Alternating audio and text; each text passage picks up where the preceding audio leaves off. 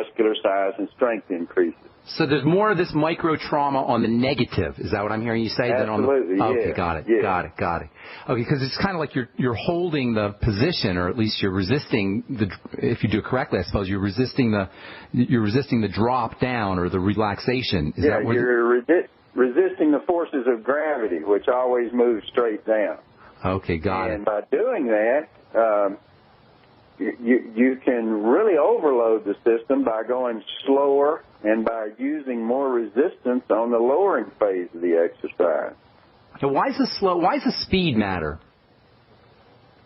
Well, momentum is involved in everything that you lift and lower. And the idea is to keep the momentum to a minimum. Got it. Because it makes, going back to the original principle, it makes the movement harder.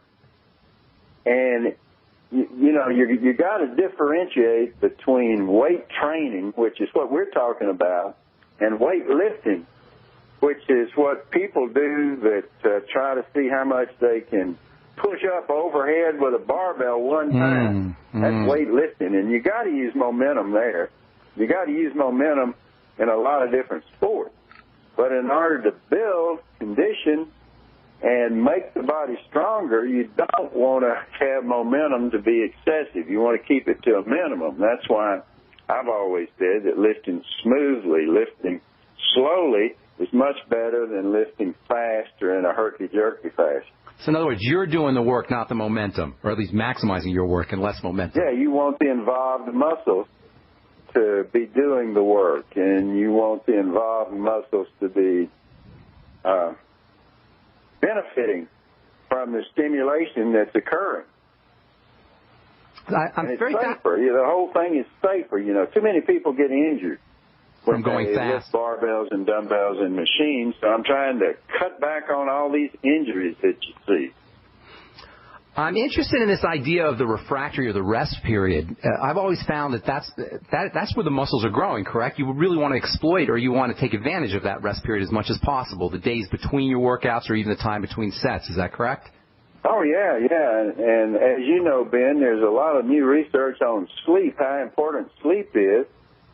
And then they bring up the fact that most Americans, especially adults, as well as children, are not getting enough sleep. They're finding that most children need at least 10 hours of sleep, and most adults, by the way, especially the ones that are involved in exercise, need at least 9 hours now of sleep, and perhaps even a mid-afternoon nap if you can get it. So, absolutely, if you're trying to get your muscles bigger and stronger, take a nap. And that growth takes place when you're sleeping primarily. How about the idea of the parasympathetic nervous system, activating the parasympathetic nervous system through water immersion or hot baths or deep breathing techniques? Does that have an impact on muscle building? Yeah, it sure does. I like keeping the body cool by drinking large amounts of ice-cold water. It helps not only the muscle building process, but the fat loss process. Most people are over fat. They need to lose some fat. And then cooling the body, keeping the body, I'm here in Florida, you're in Colorado, but at this time of the year, there's a lot of dehydration you see in football players that are getting ready to suit up and play with, 25 or 30 pound uniform on. Or you can get a heat stroke from dehydration real fast. So the temperature outside, the cooling of the system, very important if you're trying to let your muscles recover and get bigger and stronger. Now, that leads us into F-bomb or fat bomb, I should say, number 2. You say, how about a cold one? And you got an interesting technique about using the back of your neck. Tell us about that and tell us why the back of the neck is so important. Well, the back of the neck, there's a lot of people that have done research on brown fat. Now, brown fat is an interesting phenomenon that more physiologists are discovering is a part of adults' lives. It's been known in the past that children have brown fat. It's a metabolic high type of fat cells that has a different color than the yellowish fat that most of us have around our midsection. This brown fat has a high metabolic rate, and it keeps children warm even when they're in a cold temperature. So this does not atrophy and go away like it was once thought. People have brown fat around their shoulders and neck, and you can get this brown fat to emerge and actually burn more calories by putting an ice pack around your neck for approximately 20 to 30 minutes after a workout. A cold shower works pretty well too, and perhaps getting chin deep in a cold plunge, 52-degree water is one of the best ways to help the recovery and the brown fat mobilization after a workout. How about anything is there any such thing as spot removing fat or spot training muscle, like for the gut or for the hips? Well, you can spot train muscle. You can work the abdominals, and you can work the biceps or the triceps, and you can get growth in those body parts more than other body parts. So you can isolate a muscle and get growth, but you can't isolate fat on your body, on the back of your arms or around your midsection, and that's not effective. You can't spot reduce.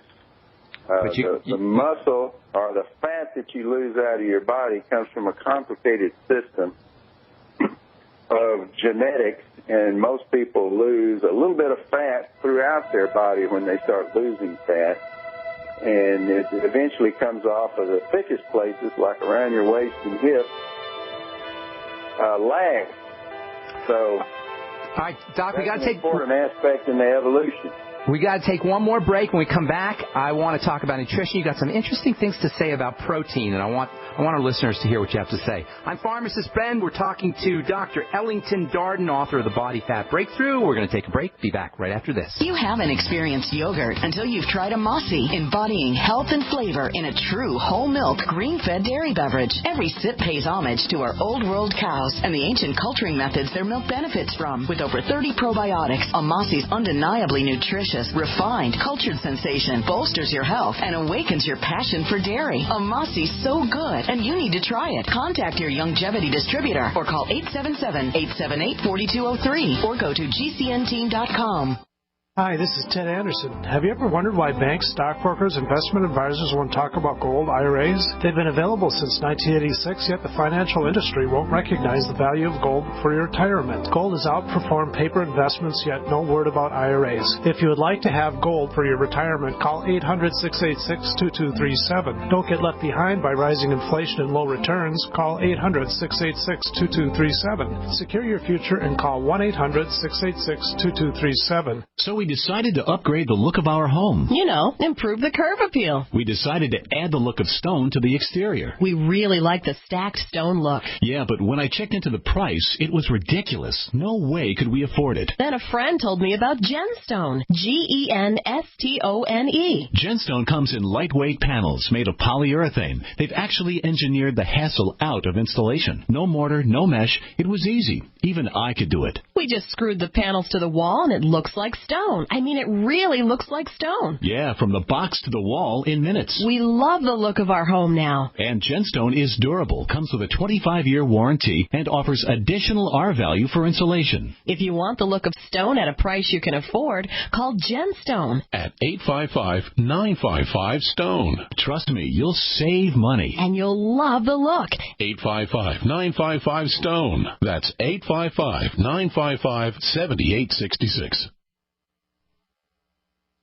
We all know that Berkey Water Purification Systems are the most trusted name in water filtration. As an authorized Berkey dealer for over 6 years and serving thousands of satisfied customers, the Berkey Guy offers amazing specials for Berkey Water Filtration Systems. The Berkey Light Systems include a set of self-sterilizing and recleanable black purification elements that purify water by removing chlorine, pathogenic bacteria, cysts, and parasites to non-detectable levels and remove harmful chemicals such as herbicides and pesticides. Order the Berkey Light system today, complete with 2 Black Berkey elements for only $231, and the Berkey Guy will ship your order free of charge. With the purchase of a Berkey Light, the Berkey Guy is also offering a set of fluoride and arsenic filters for only $39.99. That's over 30% off the retail price. Call the Berkey Guy at 1-877-886-3653. That's 1-877-886-3653. Or order online at GoBerkey.com. That's GoBerkey.com today.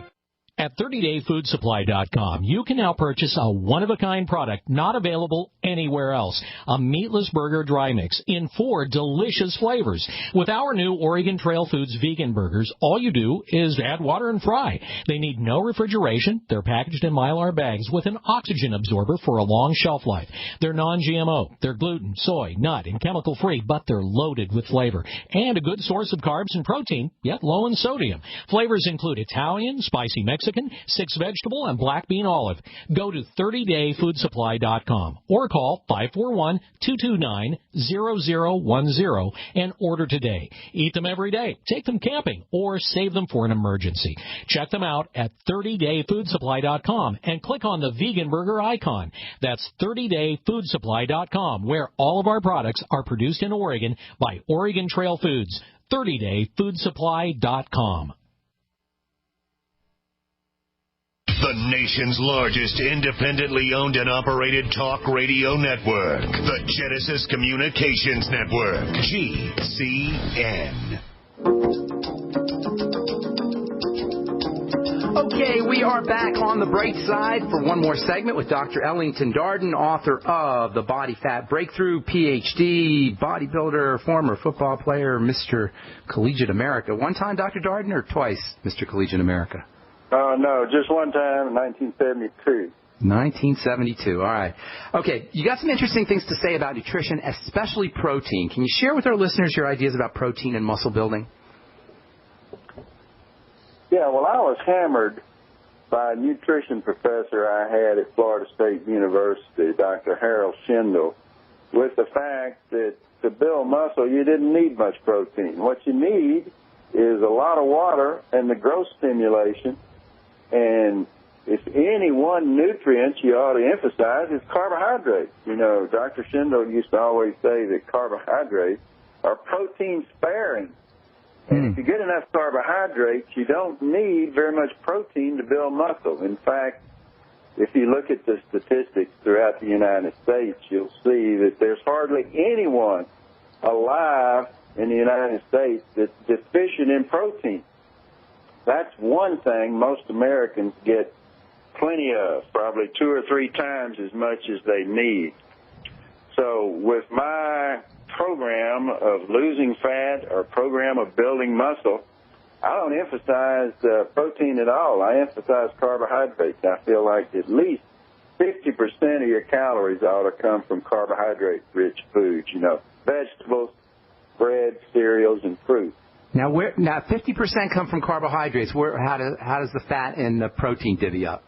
Well, I divide that 25% fat and 25% protein, 50% carbohydrates. Okay, so you're saying now, how do you distinguish your carbohydrates?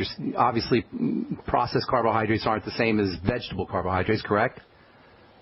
Yeah, I push whole grain bread and vegetables if you're trying to lose fat. If you're not trying to lose fat, then I believe in moderation. I think a moderate amount of white sugar, a moderate amount of processed food, I think that's okay. You need to read labels and be conscious of what you're consuming. And I think the key thing is that calories count. If you're an athlete, you need to be up to date on the foods you're consuming and the calorie counts of each one. So I like balancing those calories depending on what you're trying to do and supplementing that with a large amount of water.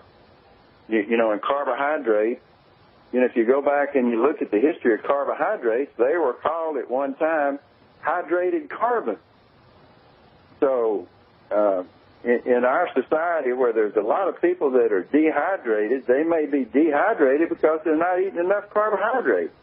So carbohydrates keep the water in the muscle and in the liver at a maximum amount, which is good in my opinion.